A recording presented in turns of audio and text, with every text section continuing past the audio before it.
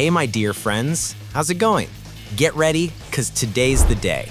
Want to know how the portals work in the Health, Life, and Portal universe? Then sit down, cause it's story time. To explain this properly, I'm gonna have to throw a lot of info your way. So grab your human ration water flavored, of course, head to a secret underground spot, and get your brain ready to at least try to understand how these portals actually work.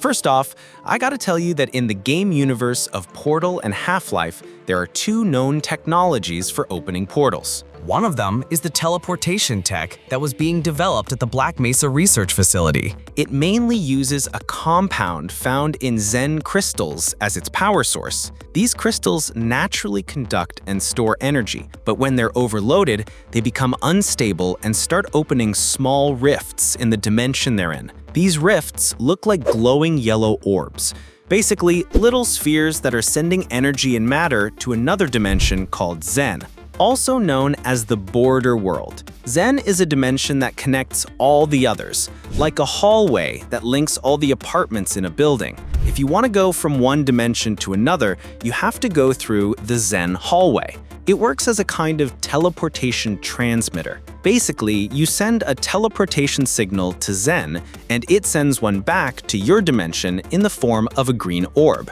The scientists at Black Mesa were deep into this research in the Lambda sector. They were mainly focused on figuring out how to control these portal paths using super complex math and lots of practical experiments. They even had a nuclear reactor just to power a core that probably contained the Zen crystal compound. They used this to open all kinds of portals, some of which popped up by accident in the facility, probably the result of some bad math, obviously. Now, imagine the portals as if they were ping pong balls. You want the ball to go from point A to point B, but to do that, it has to bounce off Zen first, then reflect back to Earth. If you miscalculate, the ball could bounce somewhere completely wrong, or not come back at all, leaving the person stuck in Zen. But things get even more interesting in Half-Life 2, when Kleiner unveils a teleporter that, while still kinda working like the orbs studied at Black Mesa, can transmit matter without needing Zen to reflect the signal. We get a clue about how this works from something the doctor says right before teleporting Alex. Right before the device activates, he mentions a massless flux field, which could be the path that the teleportation signal travels through. He also talks about manifolds and LG orb folds. But what the heck are those manifolds? That's a tough one to explain. Those are concepts meant for folks with a PhD in math and physics. But to really simplify things, those manifolds and orb folds are part of a branch of geometry that studies multi-dimensional topological spaces. So basically, we can say that Kleiner did calculations involving the surface of our universe using geometric shapes that go beyond the sixth dimension. These shapes aren't easy to wrap your head around. Only people who dedicate their entire lives to studying math have any clue how they work. Back to Dr. Kleiner though, he probably mapped out a path through these higher dimensional shapes so the portal signal could reach the surface of our own dimension.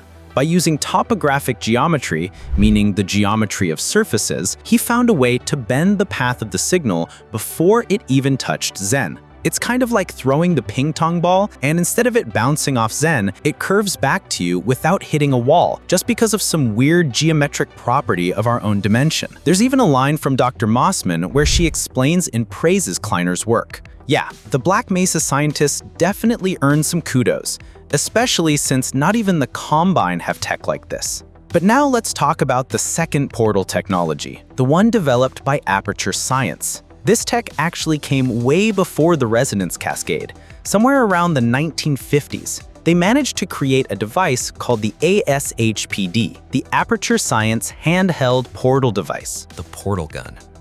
The scientists at Aperture managed to fit a miniature black hole inside this thing. Yep, a black hole. But why? Black holes are capable of warping space and time due to their insane gravitational force. If you can control that, you can bend parts of space however you want. It's no small feat, but if you look at the portal gun schematics, among the many components, there's a part called the portal intake manifold.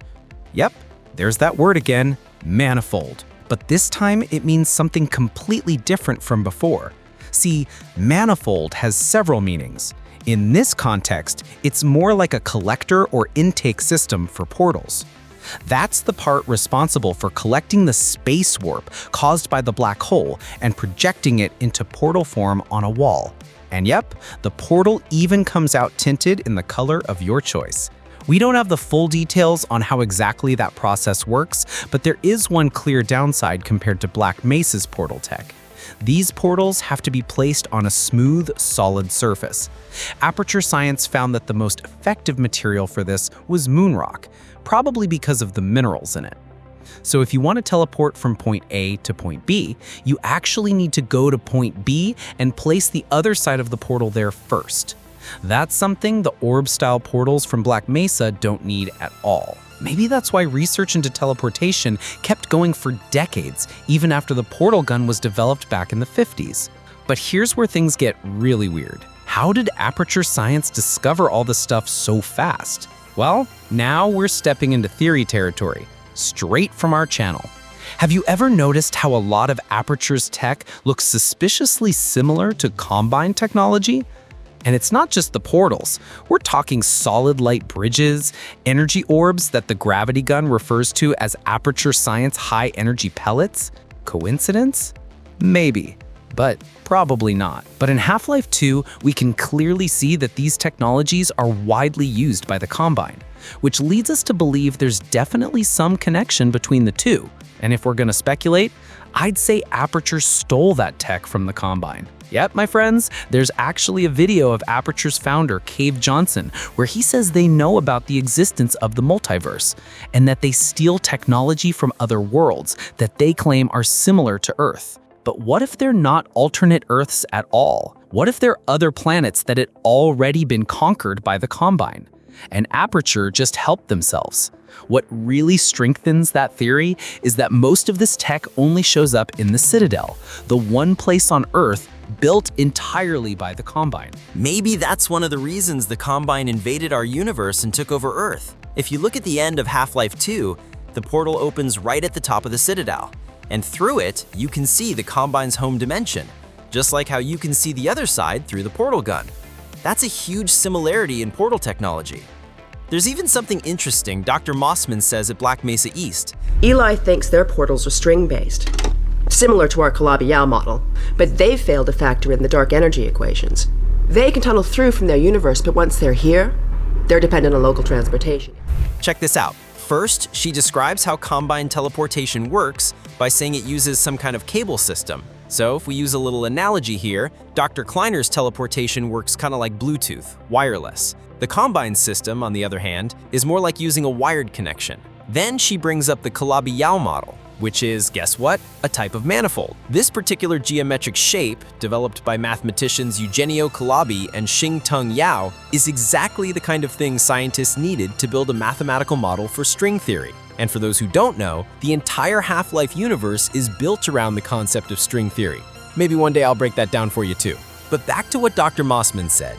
She explained that the Combine also use a form of dimensional surface geometry to open a tunnel that allows teleportation to happen from point A to point B. But once that tunnel closes on either end, you have to build a local teleporter to connect again. Which totally explains why when the Combine invaded Earth, they made sure to construct the Citadel first, not just as a headquarters, but as a way to re-establish that teleportation link in case it ever got cut off. That's actually super similar to how the portal gun works. You need to be at the other end to open the second portal. And when the humans finally managed to shut down that massive super portal after the Citadel exploded, the Combine started to panic and began looking for another way to open it again. That other way was probably based on the very same tech used by Aperture. And the rest, well, I think you already have an idea where this is headed. So that's it, my friends. I hope you now have a better grasp on how portals work. Sending you all a big hug. Thanks for tuning in.